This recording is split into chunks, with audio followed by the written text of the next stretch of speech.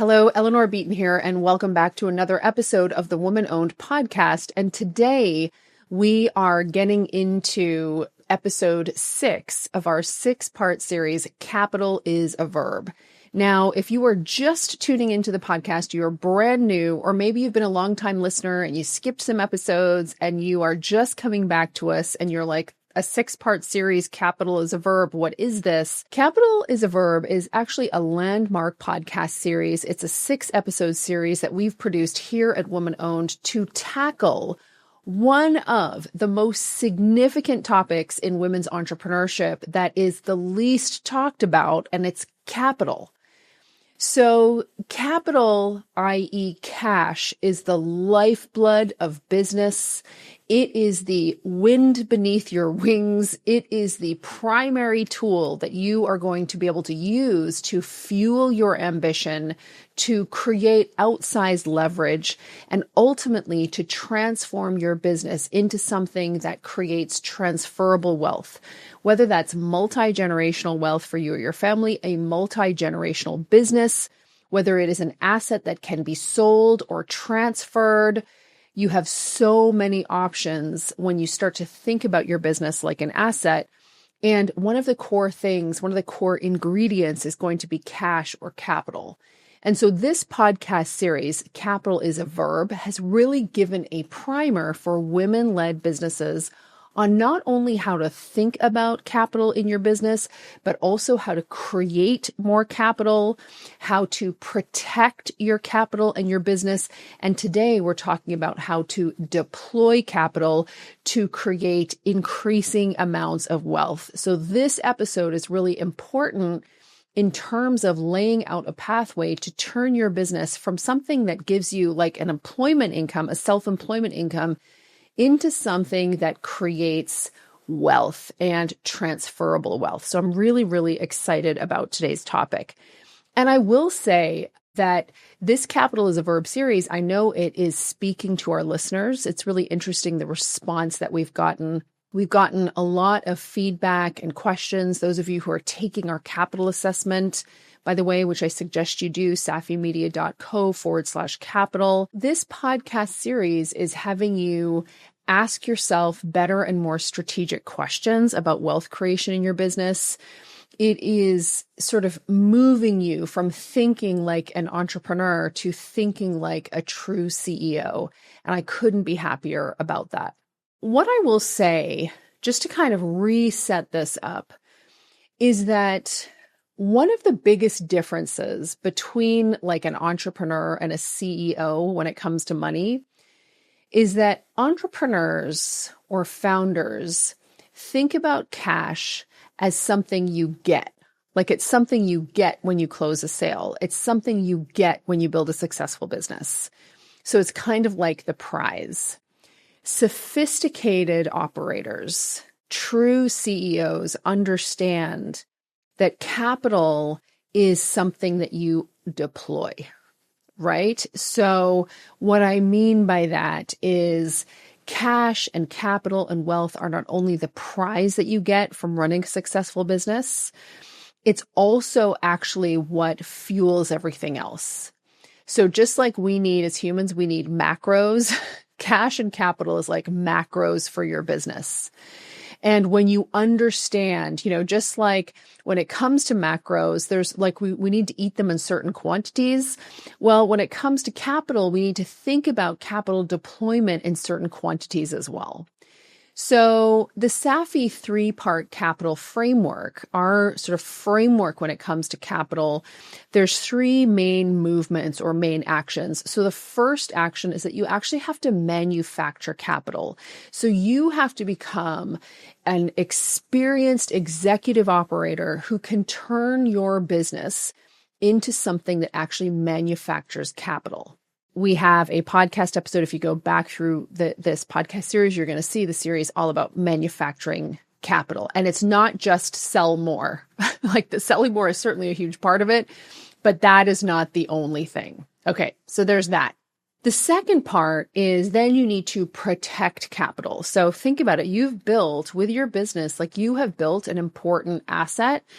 You only get to keep what you defend, folks. That is it. If you're not willing to defend and protect something, you're not going to get to keep it for long. The same is true with business. And so in last week's episode, or the episode immediately before this one, we talk about how you protect capital. And very specifically, we think about the zero line. And so you're going to have your core capital requirement and your tax reserve. Those two numbers together add to zero, and anything above zero is basically, I would call that free cash flow for you to deploy. Okay. So today we're talking about how you deploy the capital that you have. This is the fun part. And here's what I want you to think about. There are 3 buckets to deploy capital.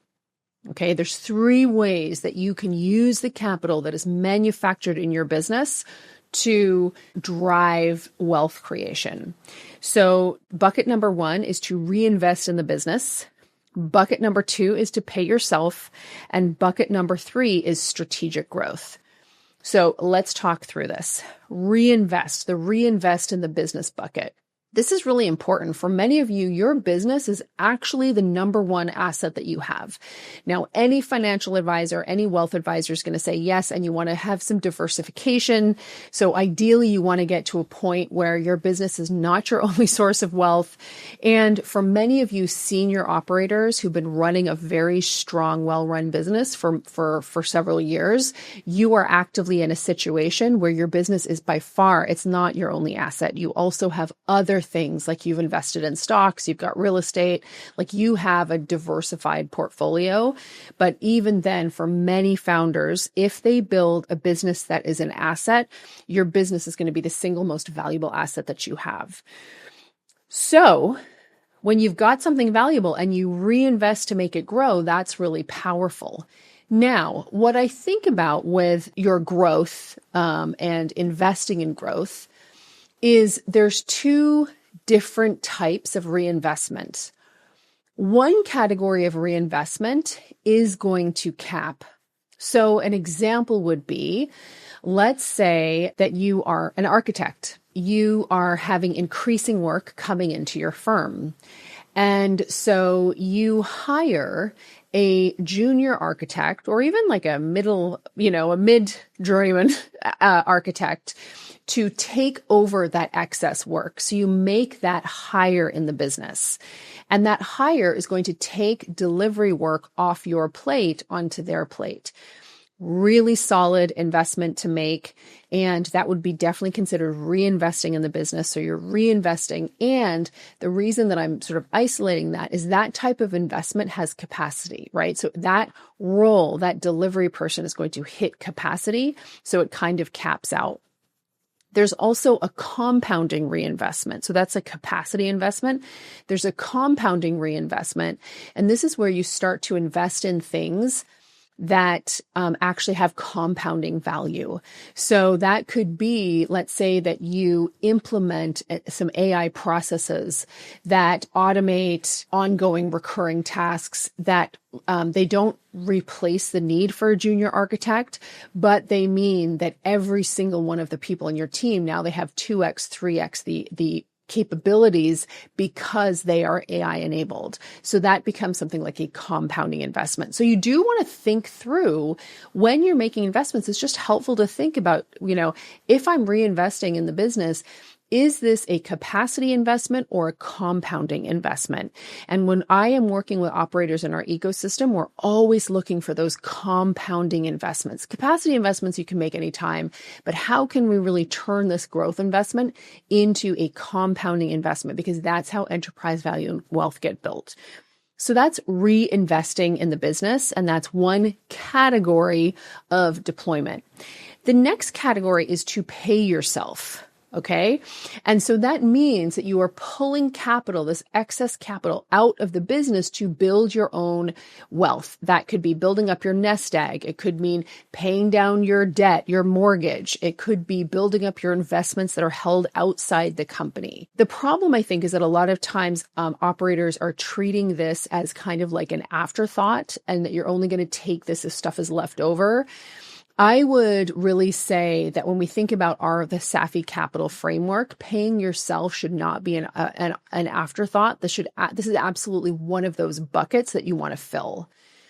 And so here I'm going to kind of draw a line. These first two buckets, reinvesting in growth and paying yourself, you want to really think about feeding these buckets first. Now, the rule here, which allows for operational discipline, is that remember that zero rule. And if you didn't listen to last week's episode, you're not going to know what I'm talking about. But zero for you as a founder is not $0. You're going to have a zero number. And that zero number is 2 to 3 months of operating overhead in cash or a cash adjustment, but generally in cash, and a tax reserve, so the amount that you owe the government. These two numbers, add them together, and that is your zero. You must have these. This is what protects the asset that you have. So for many of you, your first focus is really doing what you need to do in the business to get these two numbers together. And then anything over that, now you've got your growth capital that you can deploy. And what I'm saying is you want to deploy it to reinvesting in business growth and to paying yourself. Okay. And the degree to which you do either one of those things is, of course, going to have a lot to do with your industry, what kind of competitive pressures you're under, what kind of growth plans you have, your own approach to your own sort of capital framework. I talk a lot to operators that I work with to sort of understand, hey, what is your philosophy on growth capital? Right? Like you want to be thinking about these things. This is the difference between being a fly by the seat of your pants entrepreneur and being a true operator, being an executive leader, being a true CEO. Let's talk about the third bucket, and this is strategic capital. Strategic capital is the discipline of setting capital aside for moves that are going to fundamentally shape the business rather than improving the current one. Okay. So let me give you a couple of examples. This could be setting up an investment fund. And I know that some of you, this is something that you are actively looking at doing. So this is strategic capital. This could be that you decide you want to acquire a competitor, or you want to acquire a business that's going to enable you to move into a totally new vertical or a different market or significantly expand your addressable market, right? So this is strategic capital. And, like when you think about corporations, they typically grow by acquiring. They have started to really build up this war chest of strategic capital through effective operations. They have the capital to do this, and their growth moves, the way they position themselves for the future is through acquisition. Well, I want you to think about this too, how you think about strategic capital. So remember, the 3 categories of capital here are reinvest. This means the business is made worth more. Pay yourself. This builds your own wealth. And strategic capital. These are moves that change the focus of the business. And again, when it comes to deploying, the floor is absolute. So we don't deploy capital unless we've already protected capital, right? And so I want you guys to think about that as well. This doesn't happen overnight, but this is how you start to become a great operator, a strategic operator, a CEO. And this honestly is really, really important for women-led businesses. We don't talk about this enough, but this is a huge thing that actually helps the enterprise value of your business overall. All right. Thank you so much for listening. Thank you for listening to the Capital is a Verb series. If you haven't taken our capital strengths assessment, I suggest that you do. I think it's really incumbent on any CEO, on any operator, on any entrepreneur to really understand how you are, like what your strengths are with respect to capital deployment and where the growth areas are. Go to safimedia.co/capital. If you found this episode valuable, please share it with a friend that you think would really benefit from the kind of elevated, sophisticated conversations we have on the Woman-Owned podcast that help women entrepreneurs become stronger operators overall. Thanks so much for being here. I appreciate you so much, and we'll see you next time on the Woman-Owned podcast. Thank you so much for tuning into the episode. If you found value in what I shared, please go ahead and like this video, give it a thumbs up, and leave me a review or leave a comment below. And don't forget to subscribe. Thanks so much for being here. We'll see you next week.